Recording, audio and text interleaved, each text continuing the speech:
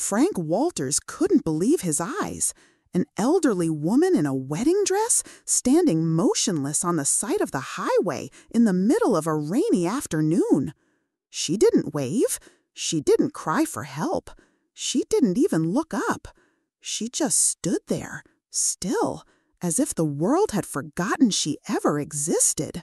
A light drizzle fell, fog curling thick across the road. The headlights lit up the once white gown, now stained yellow, soaked through and torn in places, revealing bruised, bare feet, cold from the asphalt. Frank slammed the brakes.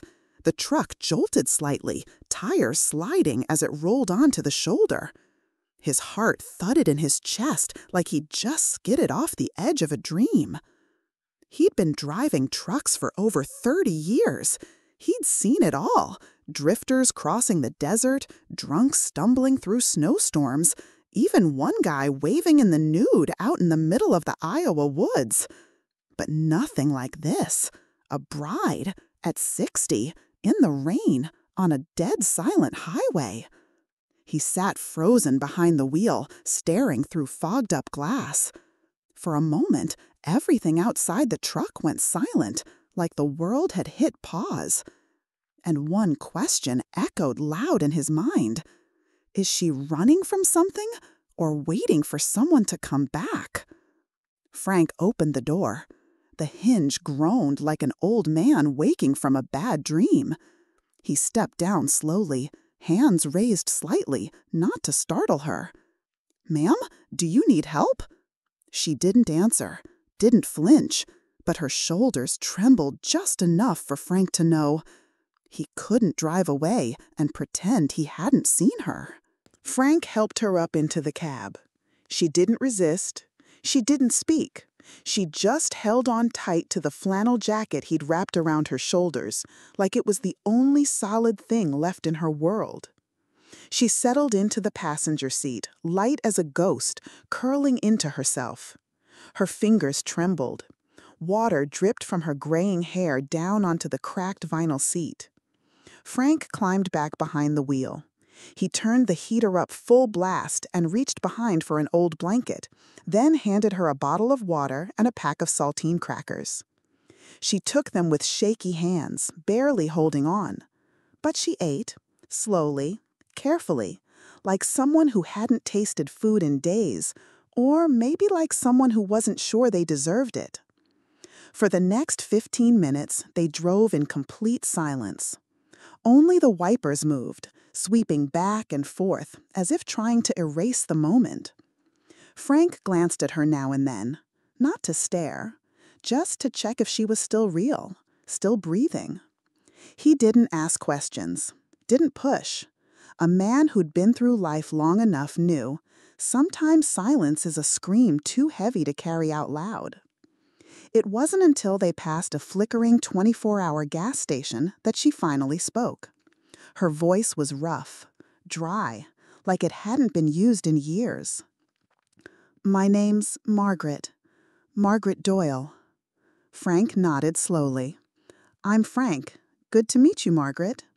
She didn't look at him. Her eyes stayed fixed on the misted window. "I just left a church where I was supposed to get married." Frank tightened his grip on the steering wheel. "I'm sorry," he said gently. Margaret exhaled, but it sounded more like surrender than breath. "He left. No warning. Just a note. While I was in the dressing room, wearing this stupid dress." She held out the fabric between her fingers. It was soaked, torn, and covered in flecks of mud, like it had been dragged behind her for miles. "I waited for over an hour. Then people started whispering. I ran out the back, through the field, down the road. I didn't stop until I couldn't feel my feet anymore." Frank said nothing. What could he say? There was no line of comfort strong enough to patch up that kind of humiliation. He pulled into a small rest stop, one of those diners that never closes, even when it should. The neon sign outside buzzed faintly. The windows were fogged with steam. The smell of grease and coffee hovered in the air. He killed the engine, turned to her. "Are you hungry? They make a decent stack of pancakes in there." She blinked, almost startled by the question. Like food or kindness wasn't something she expected. "I don't have any money," she whispered. Frank smiled softly. "Lucky for you, I've got enough for two, and I don't charge abandoned brides." For the first time, her lips twitched into something close to a smile. Small, crooked, fragile, but real. He helped her down from the cab. Her legs wobbled a little, and she held onto his arm tighter than she meant to. Inside, every head turned. How could they not? A 60-year-old woman in a ruined wedding gown, barefoot, clutching a trucker's jacket like it was armor. Frank didn't care. He led her to a booth by the window and ordered 2 big breakfasts, extra syrup, hot cocoa with whipped cream. She sat stiffly, still hugging the jacket around her, still glancing around like someone waiting to be kicked out. When the food came, she just stared at the plate. Frank didn't make a big deal of it. He dug into his food and said, as casually as if they'd done this 100 times before, "Go on, eat. You're not invisible here." Margaret picked up a fork, slowly, took a bite, then another. With every mouthful, it was like some weight she'd been dragging started to lift. Not all at once, but just enough to breathe. Frank didn't ask anything else. He just let her eat, let her exist. For the first time in what felt like years, Margaret wasn't running. She wasn't apologizing. She wasn't proving anything to anyone. She was just there. And somehow, for now, that was enough. Frank didn't interrupt. He just ate slowly, watching her from across the booth, not to judge, not to pity, but like a man who knew what it felt like to sit with something too heavy to say out loud. Margaret finally spoke again, her voice low and dry. "I know I'm old, Frank," she said. "I'm not delusional, but I didn't think I was this stupid." Frank looked up from his plate, waiting, letting her set the pace. She gave a bitter chuckle, the kind that doesn't reach the eyes. "We met in a ballroom dancing class for seniors 8 months ago. He made me feel young, needed, like I still had time for something new.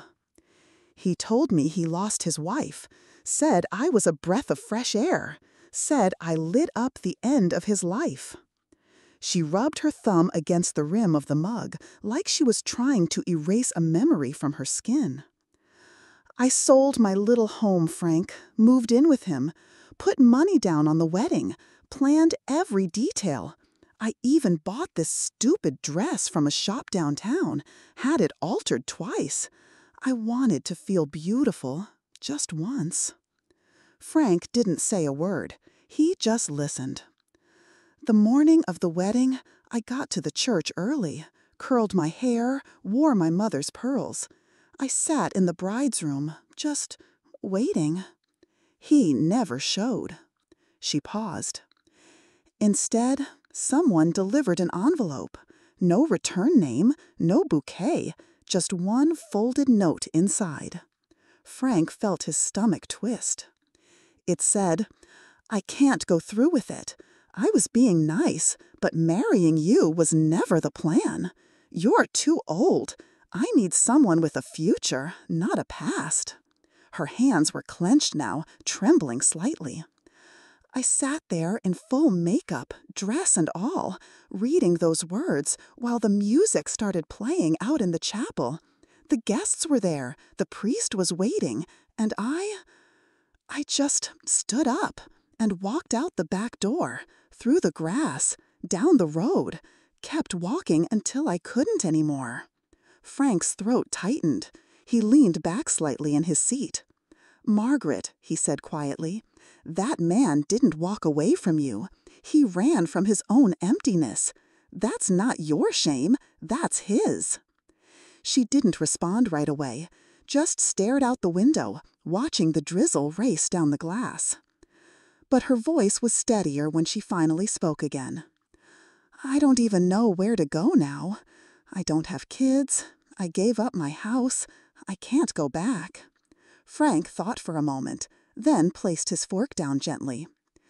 "You don't need to figure it all out tonight," he said, "but you sure as hell don't have to do it alone." Margaret turned her head, slowly, really looking at him for the first time.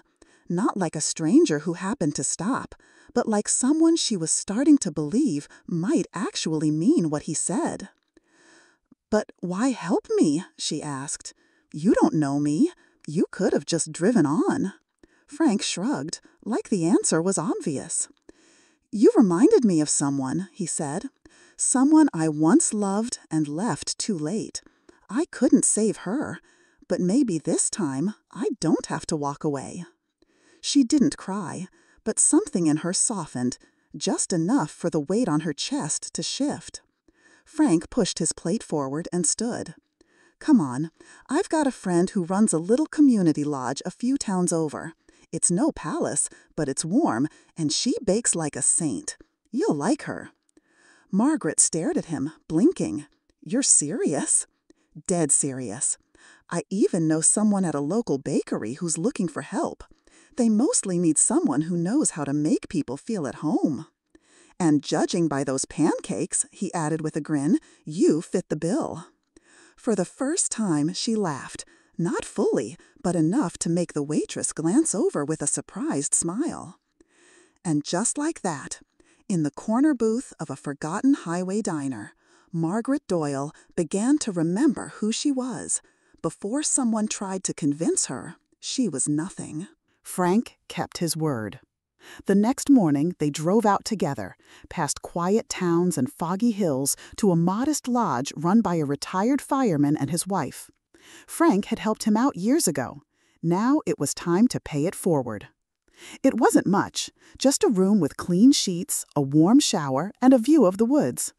But for someone who'd lost everything, it felt like a second chance with a lock on the door. Within a week, Margaret began helping in the kitchen. She baked, she cleaned, she learned the names of the other residents. And every Friday, she brought warm apple pie, extra cinnamon, to the kids at the nearby foster center. They called her Miss Maggie and fought over who got the corner piece. A month later, she started a class. Not for school credit, not for money, just to teach whatever she still carried in her hands: how to knit, how to cook, how to fold kindness into a loaf of bread. Frank kept driving, but he always found a way to stop by.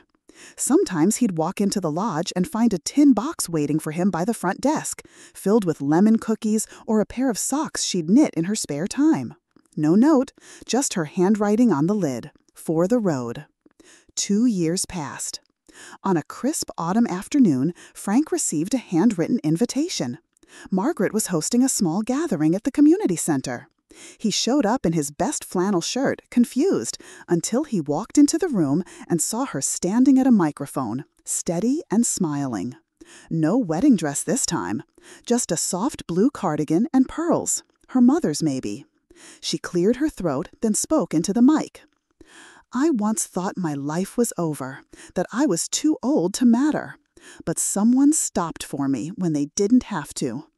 He didn't rescue me with grand gestures or promises.